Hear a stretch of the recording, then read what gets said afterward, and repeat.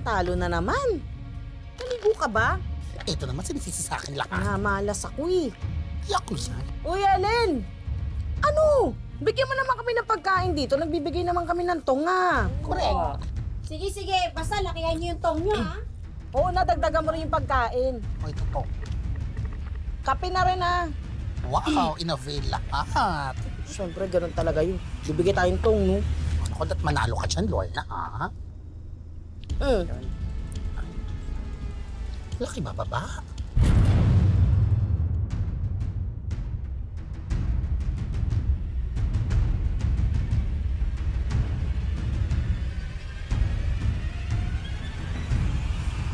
Ito na ba ang barangay Palangga? Yes, madam. May nakapagsabi po sa akin na hanapin ko raw po si Lorna.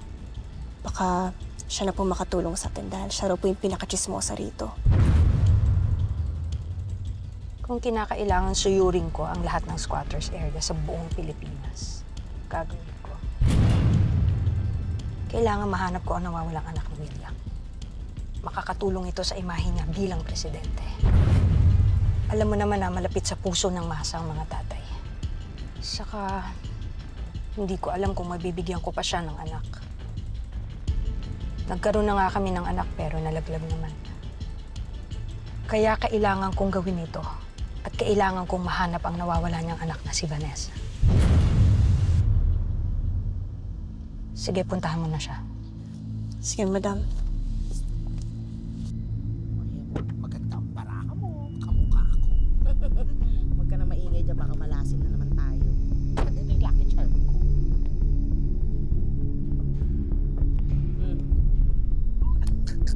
Ano dyan? Lorna? Ikaw si Lorna, di ba?